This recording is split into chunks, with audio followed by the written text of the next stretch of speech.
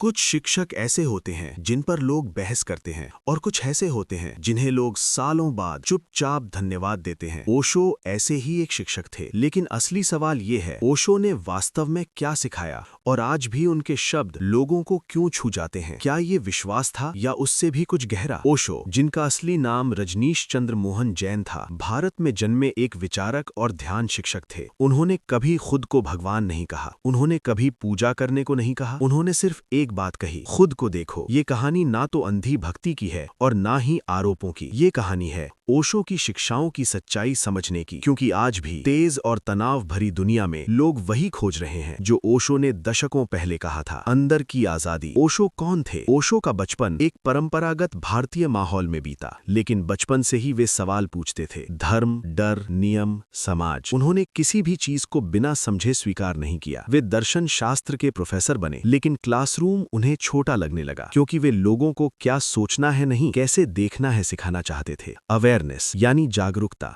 अपने विचारों को देखना, उनमें खो जाना नहीं। ओशो ने असल में क्या सिखाया? ओशो की सबसे मुख्य बात बहुत सरल थी, आप टूटे हुए नहीं हैं, आप बस अनजाने हैं। उन्होंने कहा कि दुख जीवन से नहीं आता, दुख आता है बिना जागरूकता के जीने से, बिना देखे प्रतिक्रिया देने से, बिना समझे नियम मानने से। उन्होंने ध्यान सिखाया, लेकिन पूजा की तरह नहीं। ध्यान एक तरीका था, मन, भावनाओं और शरीर को बिना जज किए देखने का। उन्होंने प्रेम, रिश्ते, काम और खुशी के बारे में बात की, लेकिन जिम्मेदारी की तरह नहीं, बल्कि चेतना की अभिव्यक्ति की तरह। और सबसे जरूरी बात, उन्होंने कहा, सच को अनुभव करो, उधार मत लो। आखिरी बार आपने अपने विचारों को कब देखा था? लड़ा नहीं था। उनकी शिक्षाएं कब फैली? 1960 और 1970 का समय पूरी दुनिया में बदलाव का समय था। लोग राजनीति, धर्म और पुराने नियमों पर सवाल कर रहे थे। भारत और पश्चिम दोनों जगह लोग उलझन में थे। उसी समय ओशो की आवाज आई। वे जवाब नहीं दे रहे थे, वे साफ देखने की जगह दे रहे थे, और इसलिए लोग उनसे जुड़े। ये सब कहाँ हुआ? 1974 में पुणे में ओशो आश्रम बना। ये जगह भागने के लिए नहीं थी, खुद को समझने के लिए थी। बाद में 1981 में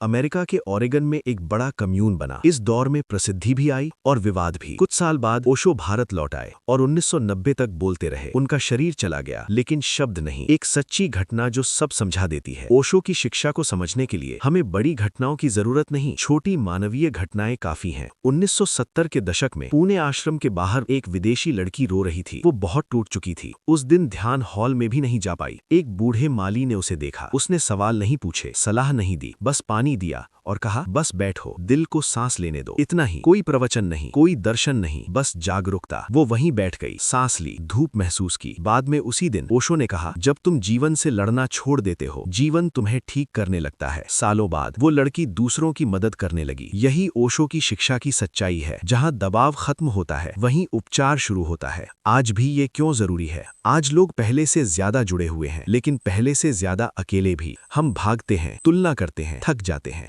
ओशो ने कभी दुनिया छोड़ने को नहीं कहा। उन्होंने कहा, दुनिया में रहो, लेकिन होश के साथ। उनकी शिक्षाएं आज भी काम करती हैं, क्योंकि वो धर्म पर नहीं, जागरूकता पर आधारित है, संतुलन के साथ। कुछ लोग ओशो को बहुत मानते हैं, कुछ लोग सवाल उठाते हैं। दोनों की वजह है, कई लोगों को उनकी शिक्षा से लाभ हुआ और कुछ जगह व्यवस्थाएं ठीक से नहीं चल पाईं। सच्चाई ये है, शिक्षा और संगठन अलग होते हैं, विचार सही हो सकते हैं, भले ही सिस्टम इंसानी कमजोरी दिखाए। आज इसे कैसे समझें? सबसे संतुलित तरीका ये है, व्यक्ति को नहीं, तरीके को अपनाओ। ओशो खुद कहते थे, अगर तुम मुझे समझ गए तो मुझे भूल जाओ। ध्यान का मतलब चुप होना नहीं, ध्यान का मतलब शोर को साफ देखना है। आजादी का मतलब सब कुछ करना नहीं, आजादी का मतलब होश के साथ करना है। आपको ओशो को मानने की जरूरत नहीं, बस एक बात अपनाइए, प्रतिक्रिया से पहले देखिए। गुस्सा आए देखिए, डर आए देखिए, खुशी आए देखिए। देखना आपको जगह देता है, जगह आपको चुनाव देती है।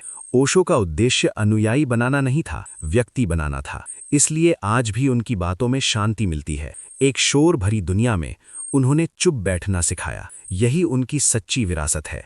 ओशो की सच्चाई ना तारीफ में है, ना आलोचना में, वो एक पल में है, जब आप रुकते हैं और खुद को देखते हैं। अगर ये वीडियो आपको सोचने की जगह दे पाया, तो इसका उद्देश्य पूरा हुआ।